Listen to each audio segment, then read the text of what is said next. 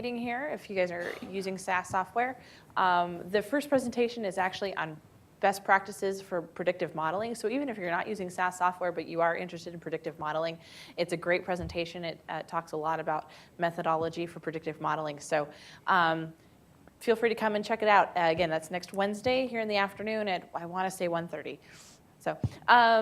So let me go ahead and introduce our next speaker and get us going. So we've got Jeff Carew, who's going to be presenting today on providing decision support tools to mainstream school and local government leaders. So Jeff is the managing director for Forecast 5 Analytics. He's been working with public schools for over 20 years and has been part of Forecast 5 since the start in 2012. Jeff's focus is working with school leaders and school board members to incorporate data and analytics into leadership practice. Through presentations, seminars, and workshops, he steps participants through the process of aligning school finance with this district's strategic goals.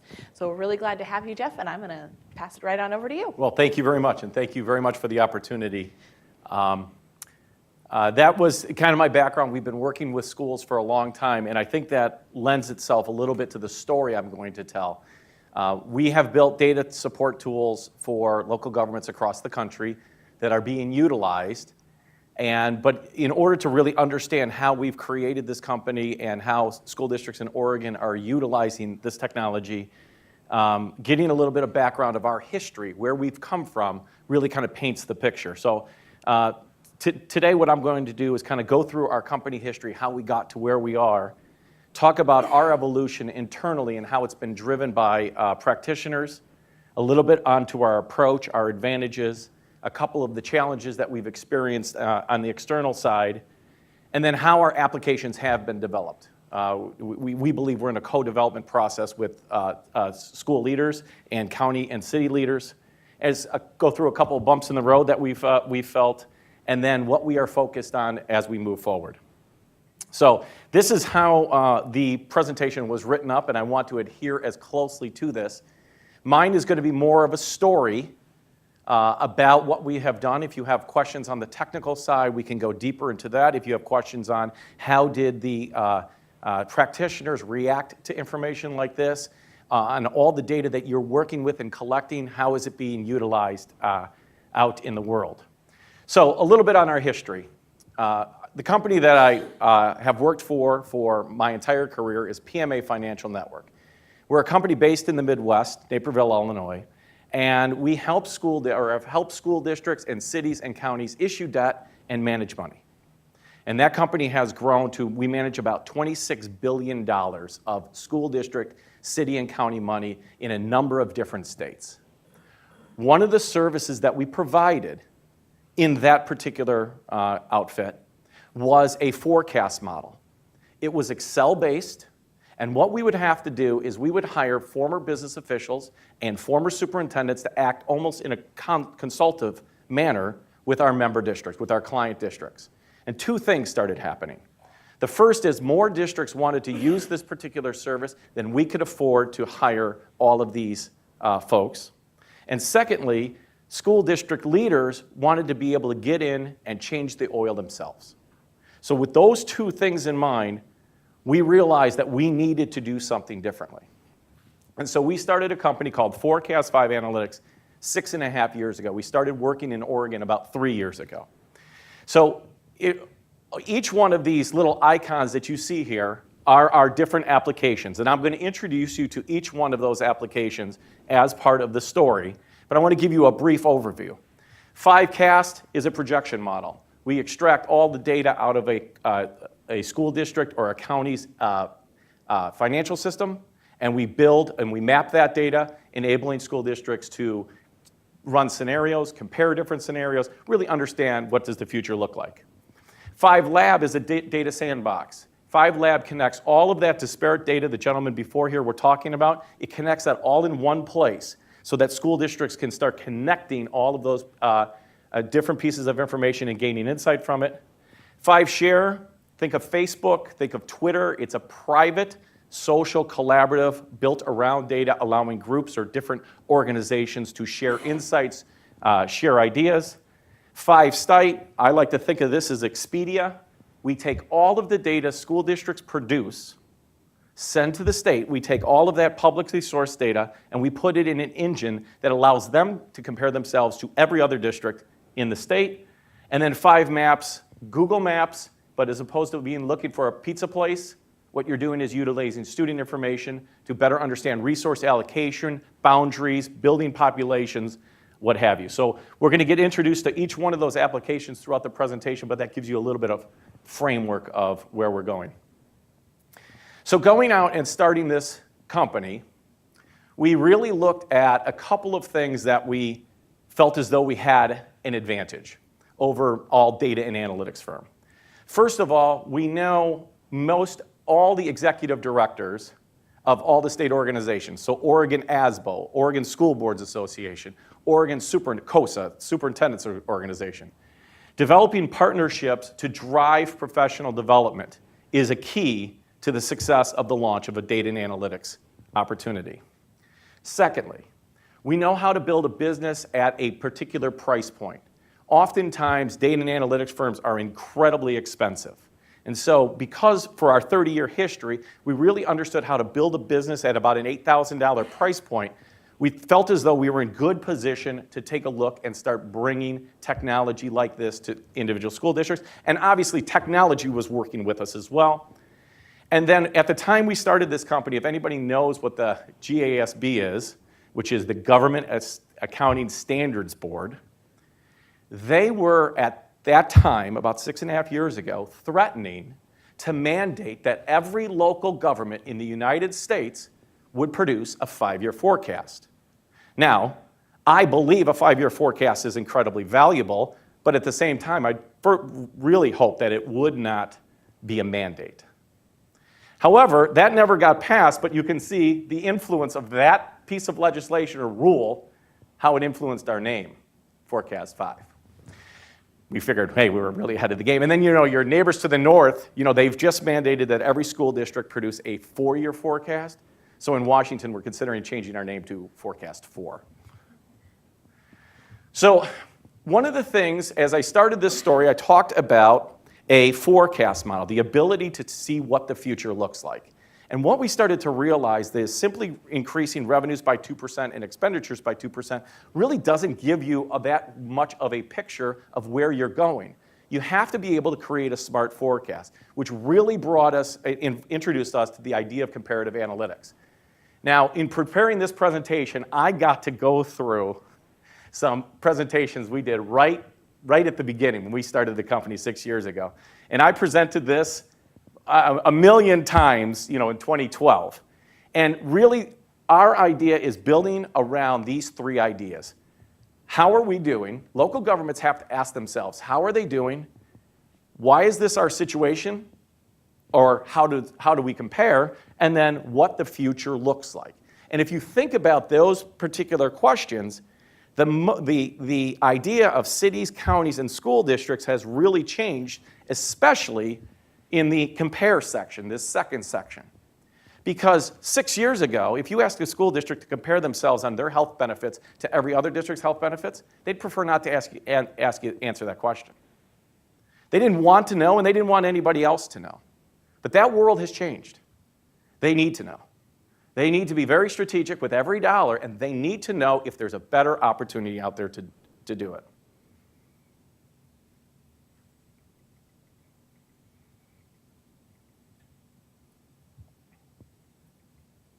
So our original structure for this company looked like this.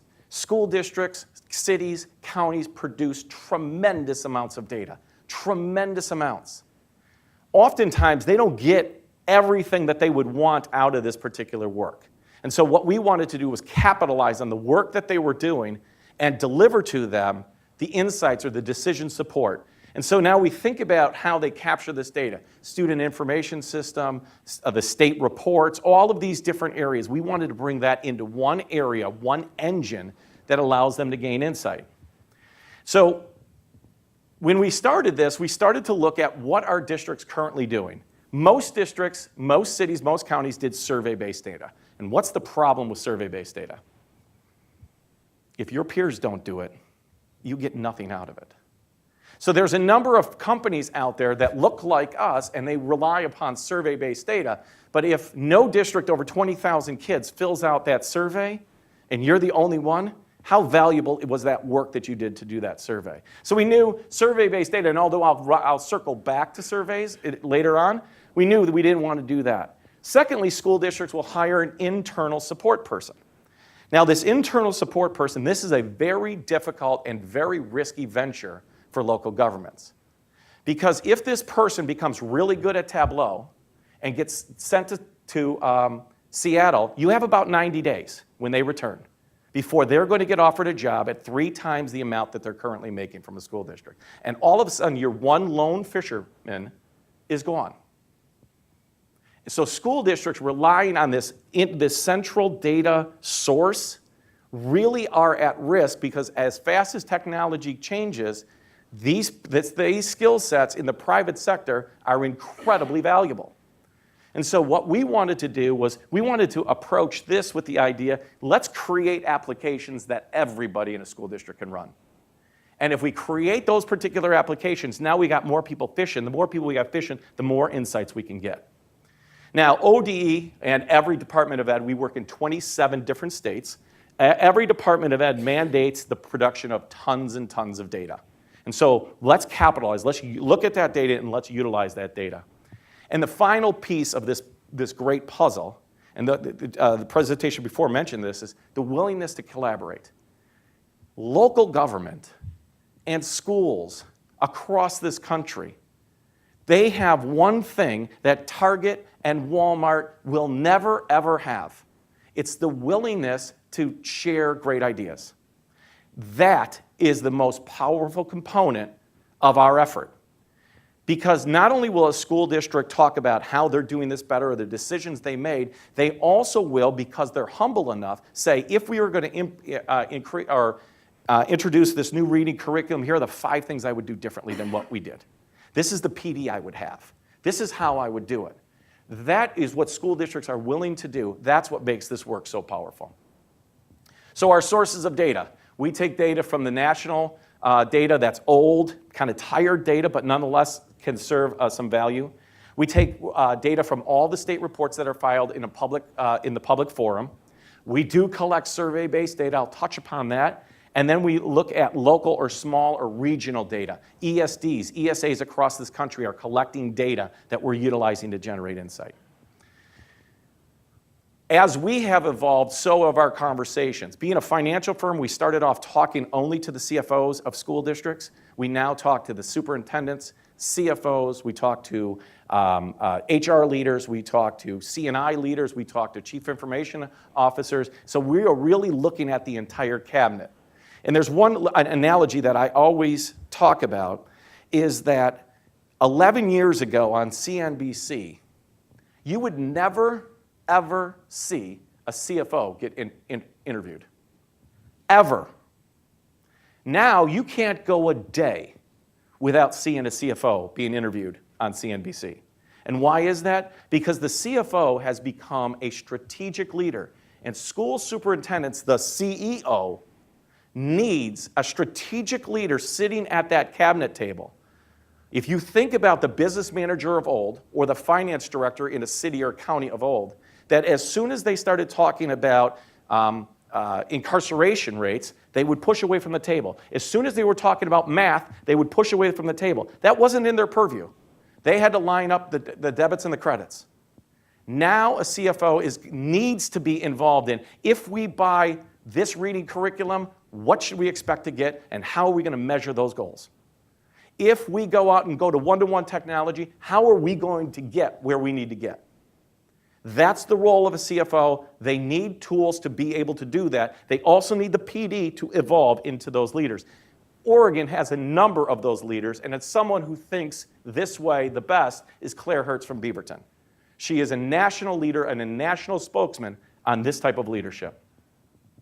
So here is a screenshot of 5Site. And I knew the kind of layout of the room because I watched some of your videos that it's going to be difficult to see. But what I did was tried my best to blow up the screens. This is a Tableau front end. School districts do not have to know one thing about Tableau to interact with this particular data. So what's interesting about this is each one of these is a different view of data. We're looking at line item revenue, line item spending over time. We've got all different financial coming from your state reports. Clicking into one of those visuals turns on a comparative analytic that you can filter, that you can adjust, that you can save, that you can use, that you can download, that you can put in your presentations. So now school districts can run comparisons. One of the things that we did to build around Tableau, because it doesn't allow peer groups, is that we now allow a district to build all types of peer groups. And you can see in this drop-down menu, those are all the peer groups that I've built in Oregon. So there's a group called 10K, every Oregon school district over 10,000 kids. If you want to compare your action to every one of those districts, you just simply hit the 10K button. You may want to pick peer groups of similar economics and similar enrollment and make that a peer group. Because if I'm looking at reading scores, I want to look at similar income levels and similar ELL populations. Not necessarily my neighbors. If I'm looking at teacher salary, however, and I want to see how my teachers are compensated to my neighboring district, that's a regional look.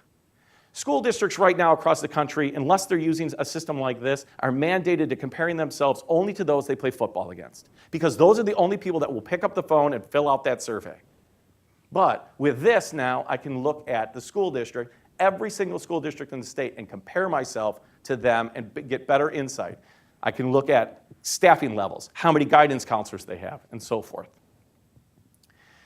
The other thing that we do with this data is we start mashing it together. This is the accountability site for the state of California. I will say, if you believe in school district accountability, the ability to look back as opposed to being proactive with data, California's leading the country. This is some great, great work. And if anybody can see up here, this is exactly Trivial Pursuit, if you remember the pie pieces of Trivial Pursuit. This is some great analysis they're doing in California, if you believe in accountability measured this way.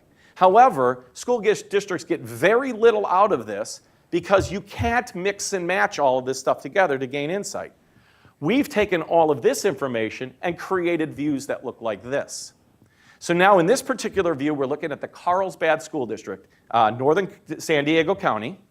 And this is taking all of those different pie pieces and assembling in an order that I can gain insight. We actually added a point for every single one on this 5x5 grid.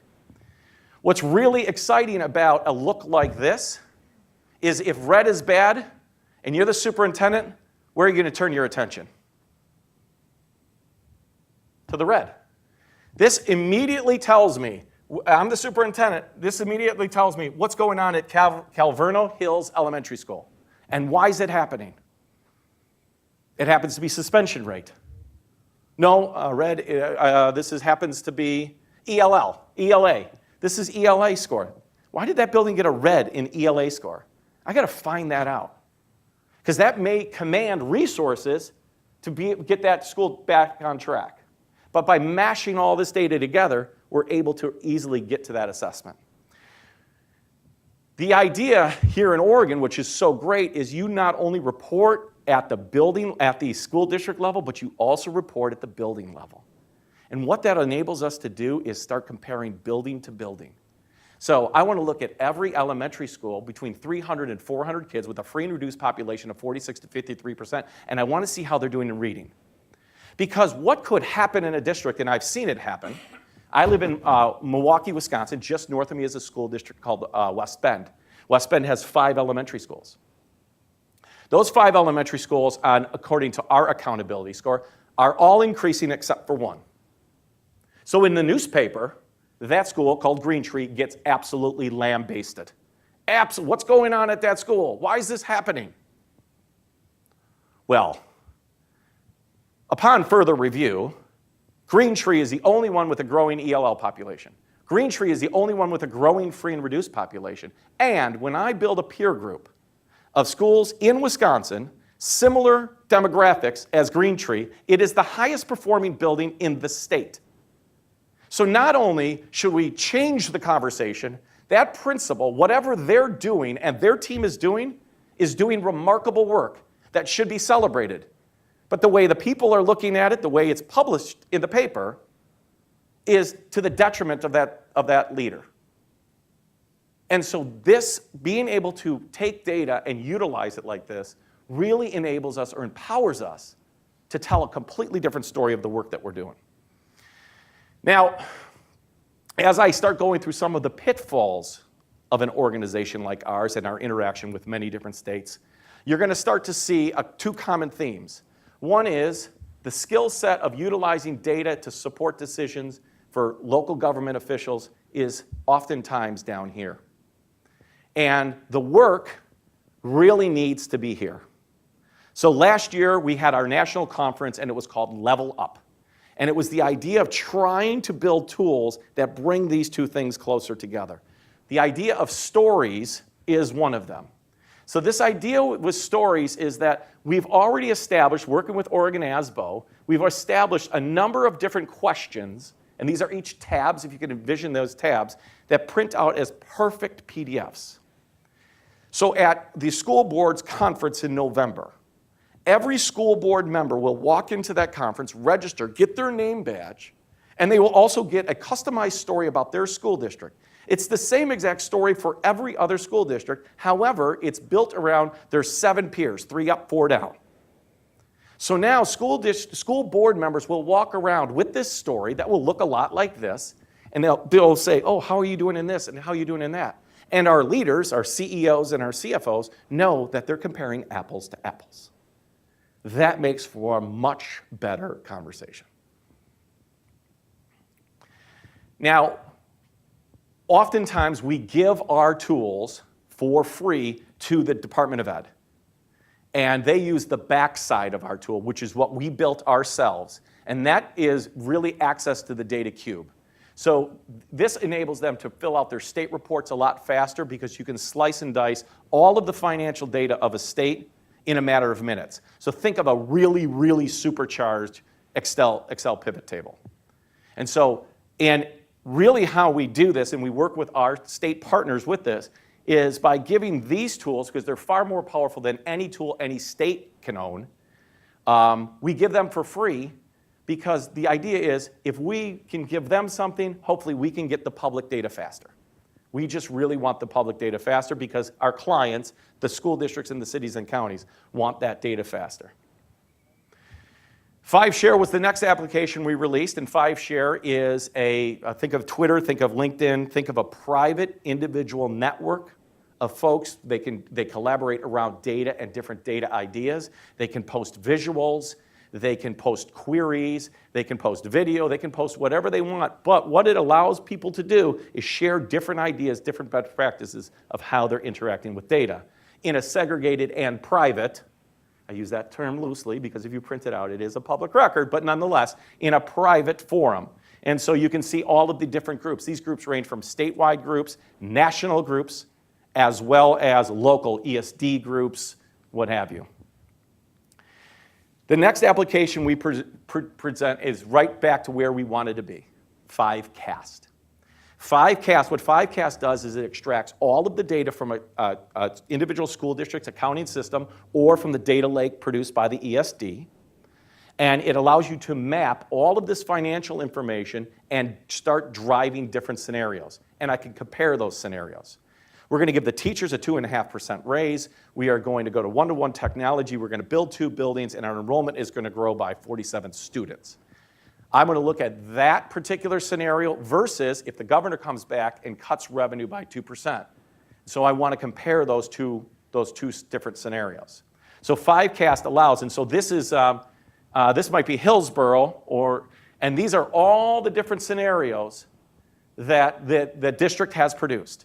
And simply by clicking here and there, they can hit compare, and they'd be able to compare those 2 different scenarios. So when you're in the system, you can see I can increase by line item at a percentage basis, maybe a one-time shot of revenue, or by recurring revenue. So I can get down to every individual line item to very specifically or very smartly develop my different scenarios. And then what I can do is I can query all of that data. So if I wanted to say, if the business question I'm being asked is, what are the district's main sources of revenue? Within a couple of seconds, I can have this particular query. I'm looking at the source levels, and I'm looking at for this particular district, and then I can quickly produce a pie chart, and all of a sudden, I have this idea of around where our sources of revenue are. I want to turn your attention to the bottom row of options here. The bottom row of options would allow us to publish this. That means we can send it out to our corporate website if this is a view that you want your public to see. Or we can publish it to private sites. School districts typically have a private site for their board only, password protected, for their cabinet, and then they will sort their GL for each one of the principals, and then have a published site for each one of the principals, but they only get to see their line items within the GL. We can add it to a report, so there's an entire suite of reports that's built in. You can easily produce reports, and you can add this if this view adds to it. We have several different financial dashboards, or you could build your own dashboard if you want this view to be part of your dashboard. You can go in and you can edit and make it more pretty. And you can download it to make it part of your PowerPoint. So once you're starting to extract the data, you can very much use it to help tell your story. The HTML reports will look like this. This is revenues by classification. So if any of you are in the accounting side, this is going to be a lot more exciting than for the rest of us. For the rest of us, this is just a lot of numbers and some wavy lines. But nevertheless, people seem to like this. So, and then again, what I can do with this particular report, if I want my community to see it, I can publish out that report. The idea behind transparency that's happening in our country is everybody wants government to be transparent. And I think that's great. The problem is if you backed up the dump truck and dump all of your crap on the street, somebody with an iPad is going to connect two things that don't belong to be connected. They're going to come to your meeting. They're going to derail the entire proceedings of the meeting over something that shouldn't happen. What 5Cast Publish allows you to do is it allows you to segregate your information, present a story you know the starting point of, you know the end point of it. So now we can have a constructive and consistent conversation with our community based on understandable data versus the complexity of that is a school district. Now, the other thing that 5Cast does very well is that school districts have been utilizing Excel for a long time. They have reports their board's comfortable, their community's comfortable with. The problem is that these reports are typically very time-consuming. We can map 5Cast to every single Excel report so that they can quickly generate that report. So if a school board says, hey, we want to look at what we're going to look like if we give a 2% raise, I'll produce this report. Can you run a 3% raise? Seconds later, you can run this report. So all of that is connected within the inner workings of 5Cast. So you can see here, I've got a couple of different examples. Right now, the number one challenge that school districts are having is the ESSA financial compliance. The idea of reporting by site-based. This is not going to be a simple world. And so what we have done is we have built the ESSA report and connected it to 5Cast. And what it enables a school district to do to start data exploration. Site-based, ESSA wants to take a look. What they're going to try to do is they're going to try to understand how dollars go into a particular building and the results that they're getting. And what they want to do is equalize that money. So if you have a number of school districts, school buildings in your district, and one spends $4,000 more per kid than another one, that's going to be something that catches people's attention. We are encouraging on a national basis to start building your ESSA report right now and start working with your board and your community to understand what the difference is in your spending per building. Because it may have nothing more to do than we have more special ed kids at that particular building. Or it might be that building was built to serve special ed. And that's why we've attracted students from all across our district to go to that building. I need to have that explanation. It could be that you have a more experienced teaching staff at that particular building versus the rookie teaching staff over here. Now, by no means am I suggesting one is better than the other, but think of Major League Baseball. You're going to have your veteran teams and you're going to have your rookie teams, and both have equal chance of being successful. But the veteran teams, especially in labor-driven states like Oregon, there is going to be longevity drives higher pay. So the more years of service you have here, the higher pay in this particular building. So the ESSA report, how this will work is once I click on the ESSA report, it's going to take me through the 4 steps of ESSA. So here is what the federal government is saying.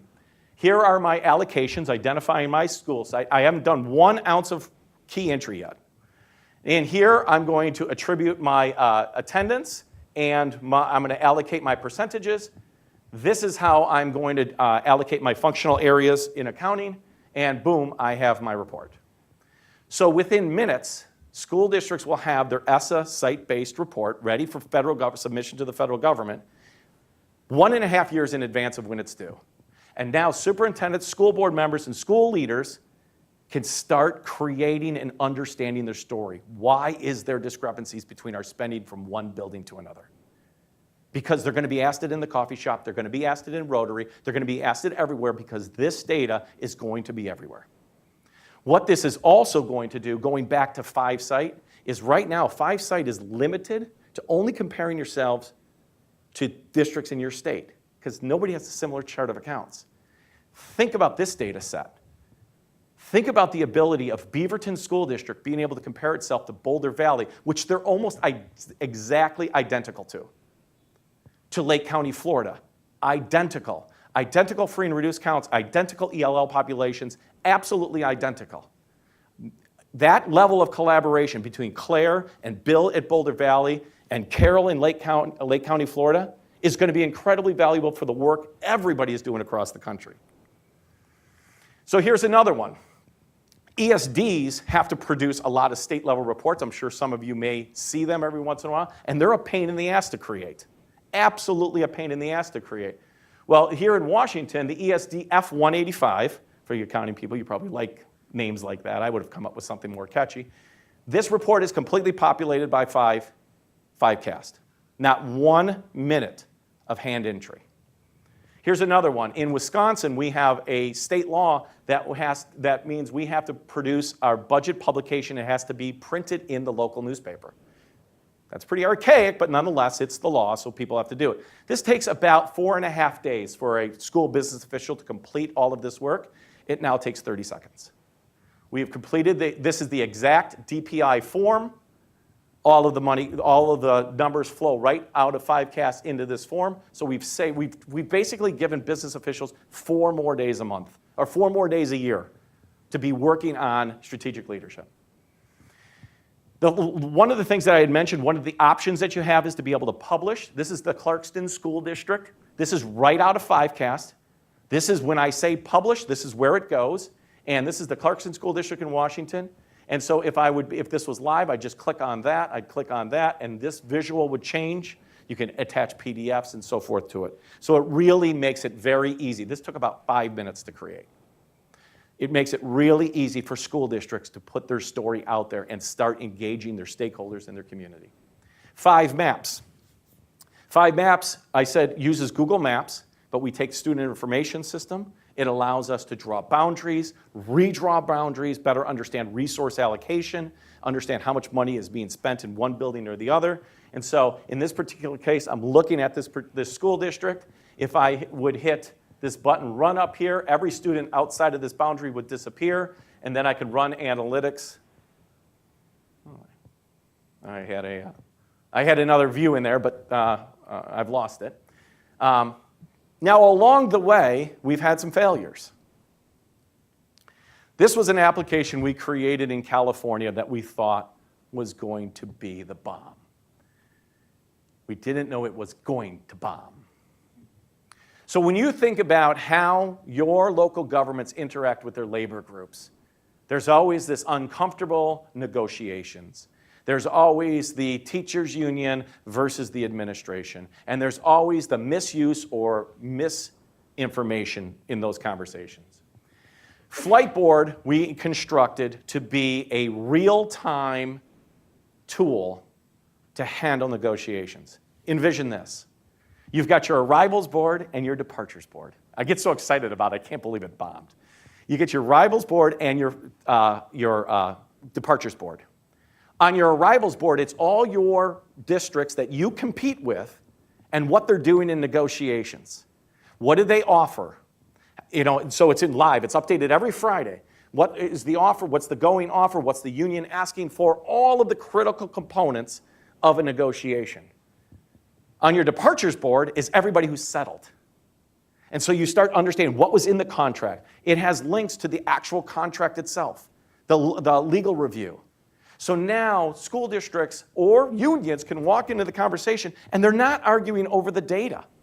They're actually constructively looking at work hours. They're constructively looking at students. They're constructively looking at what it is they're there to do. Now, Flight Board made negotiations transparent as you possibly could be. And I believe it was just ahead of its time. I'm still holding out hope that one day people are going to ask about this because it was a freaking awesome application. So here are the challenges that we face. One, data science talent within your local government is a new set of thinking. It wasn't part of becoming a school business official. It wasn't part of becoming a superintendent. The idea to be able to look at data and be able to lead with data is in very few leadership roles has it been part of their training. Now, some people get it instantly. They understand it. They see it. They know how to lead with it. Others don't. You have to think about it this way. Oftentimes, the superintendent is the largest employer, the CEO of the largest organization in a community. And it is very difficult for him or her to say, I don't know how to use that. They cannot do that. So we have to create professional development and tools that allow them to kind of baby step into utilizing data to lead. The leadership teams, oftentimes, and those guys were really good examples of it, the leadership teams are completely separate. They are out there, they are completely separate. And most recently, now too busy, we hear this a lot, I am way too busy to make strategic decisions. How about let's look at what you're busy at doing and see if we can bring some of this to the higher priority. Because I believe that's where it belongs. We have made significant investments in the school boards and our relationship with school boards associations. We will not sell our products to school board members. They are leadership tools for administrators. But school boards really need this information, and they need it in an organized fashion so that they can understand it. And so by better understanding the business questions they ask, the better we can produce collectively with our clients the information that they need. So we're involved in superintendent and business manager training. We are involved in the new, COSA has the new superintendents in Oregon. They will have, so we get involved in that, giving everybody access to our tools so they can start getting comfortable with that. In California, they have a very formal process to become a CBO. And you can see we run their mentor program, and they have a whole discussion board, and they're utilizing our tools to complete assignments at that area. Oh, here's the 5 maps. And then there's the analytic that came with it. Sorry, they were a little bit out of order. But this is, so I went from the map, I filtered it down, and now I'm looking at how kids' reading scores are growing year over year. So that easily I can connect analytics or data, tools to my data. Perfect. My last application is 5Lab. The previous presenters talked about college and career readiness. They talked about connecting all this disparate data. 5Lab does that. What you're looking at here is a very, very sharp report card that was produced by a school district south of Green Bay, 800 students. She would release this, Dr. Colleen Tim would release this the same exact day the report card score in Wisconsin came out. Because the report card score is a single number. And nobody can tell me you can measure a school district by one single number. It's impossible to do. This report card gives you a much well-rounded view of that school district. Attendance rate, co-curricular activities, students' dual credit courses, all of those things you just heard. You just heard in the last presentation. All of this information. Well, here's the problem with this report card, and those guys pointed it out very, very clearly. This data doesn't exist. I mean, you can get your attendance rates. That's relatively easy. But who's collecting co-curricular activities? Who's collecting the percent of students taking college career classes?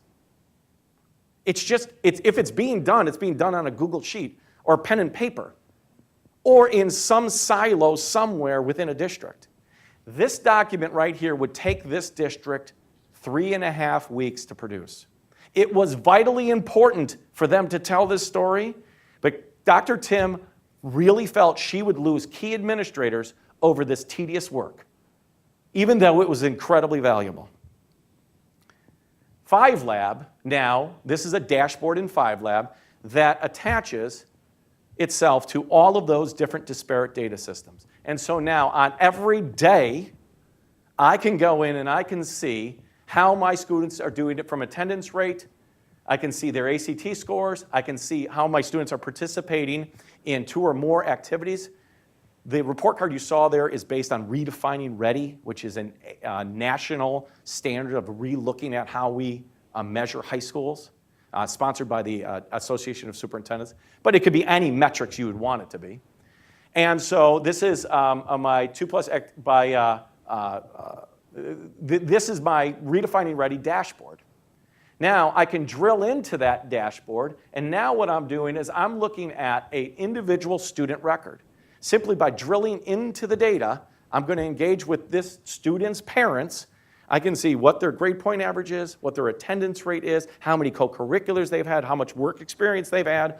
All of that information now that used to be in all of these different silos now sits and resides in one sandbox, allowing leaders to connect all of this disparate data and utilize this data for decisions.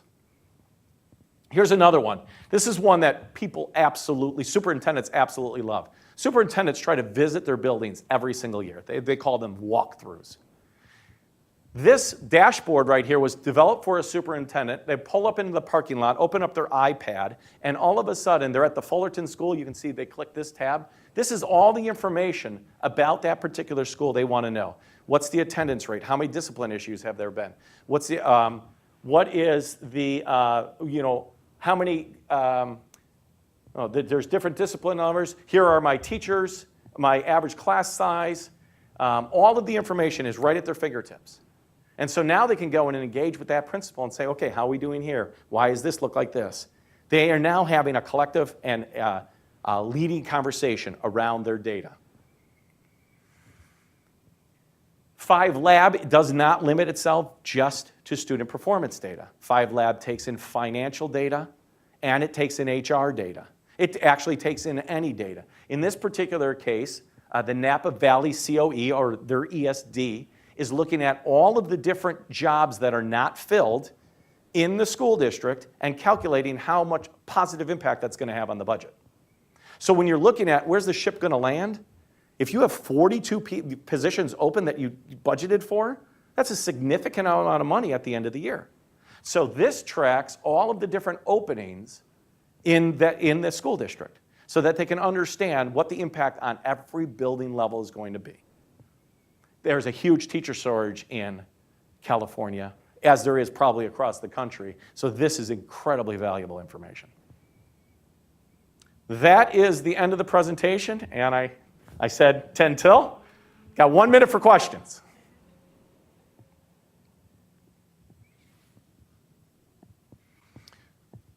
Yes?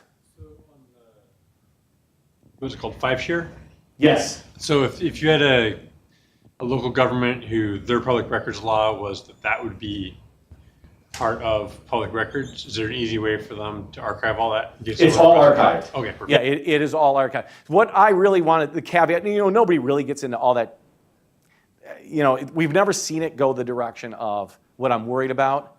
But I just kind of think of, you have a business manager over here on the west side of the state, somebody on the east side of the state says something that you think is interesting, but it might be somewhat controversial.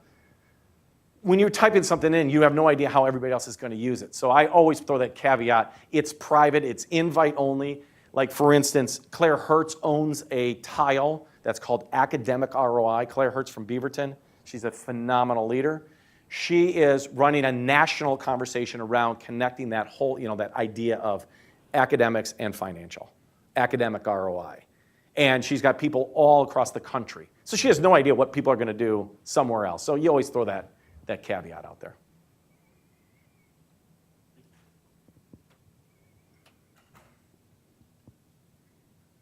Any other questions? Any technical questions? You use Tableau mostly, and then you put it on your website. How do they actually access that? So they go through a Tableau server. Yes. So everybody will have access. So we handle all the Tableau on the back end.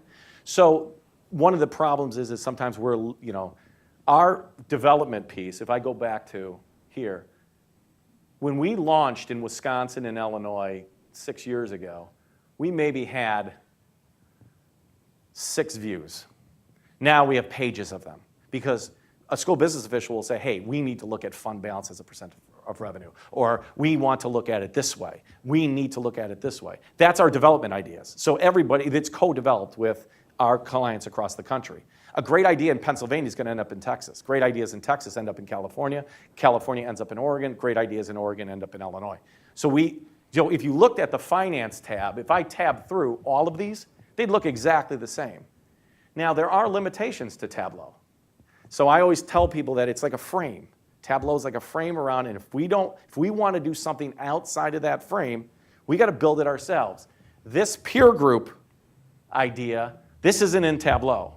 That's our side. And so we built that in. So now once school did, so they got to go. We made the process incredibly easy to build these peer groups, but nevertheless, it's something that doesn't appear in Tableau. All the other component, 5 cast, we built ourselves.